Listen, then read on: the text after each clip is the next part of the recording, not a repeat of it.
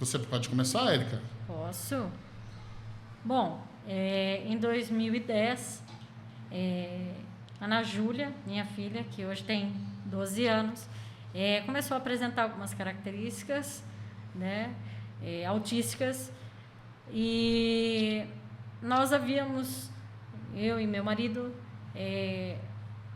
iniciado uma conversa com o pediatra, e até então ele várias vezes se esquivava do assunto, o próprio médico, e não fazia os encaminhamentos que nós solicitávamos, que era ir a um especialista, até para procurar uma equipe multidisciplinar para fazer uma avaliação, e não somente a questão da necessidade do diagnóstico, mas o direcionamento para as terapias, tanto a terapia clínica como a terapia medicamentosa.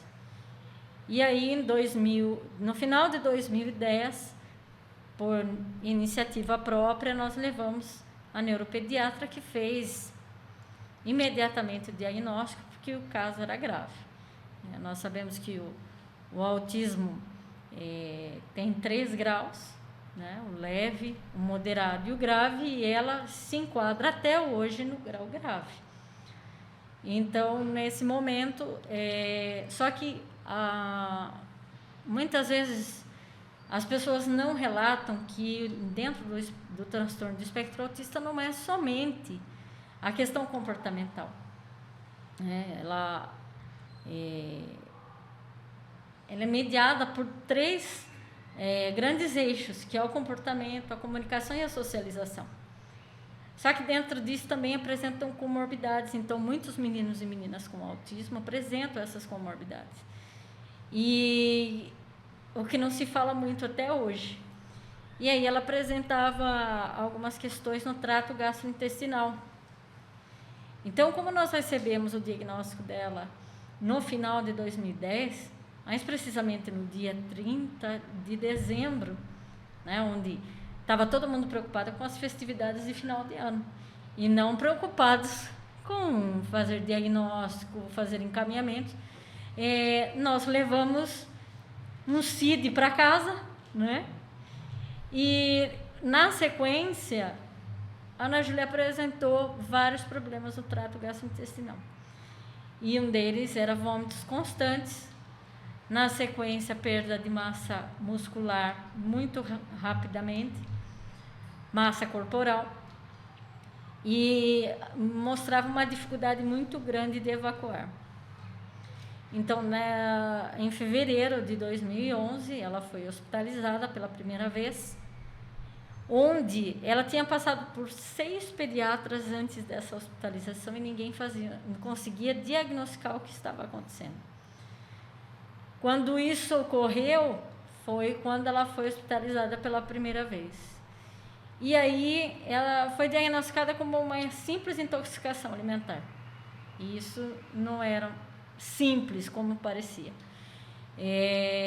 Voltamos para casa, ela teve alta no dia seguinte, e na mesma noite os vômitos voltaram assim de uma forma devastadora.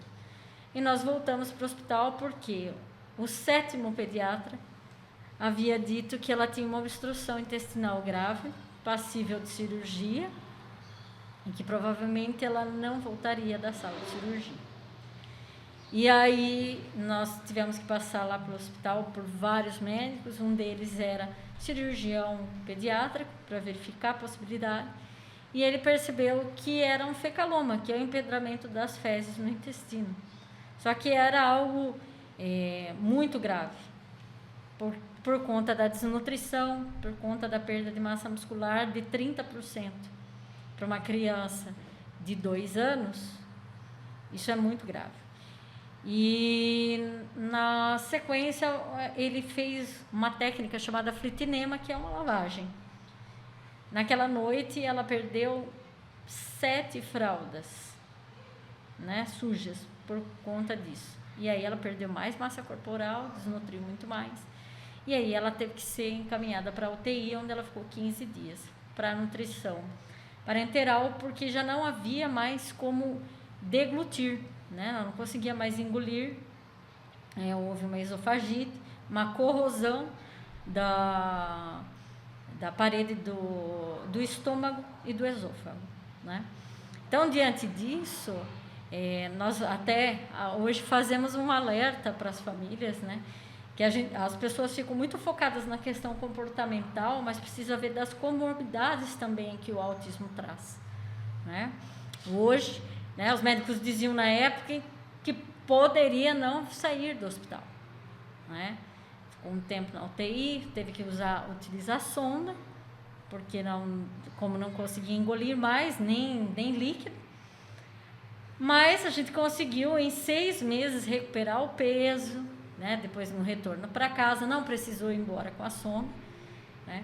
E aí, depois de 6, 7 meses, é que nós conseguimos começar a trabalhar as questões terapêuticas que envolviam as questões do autismo.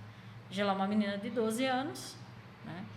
Não tem a comunicação oral, porém, devido a muita estimulação, ela consegue se comunicar de forma gestual, de forma eletrônica, né, por meio do Livox, né?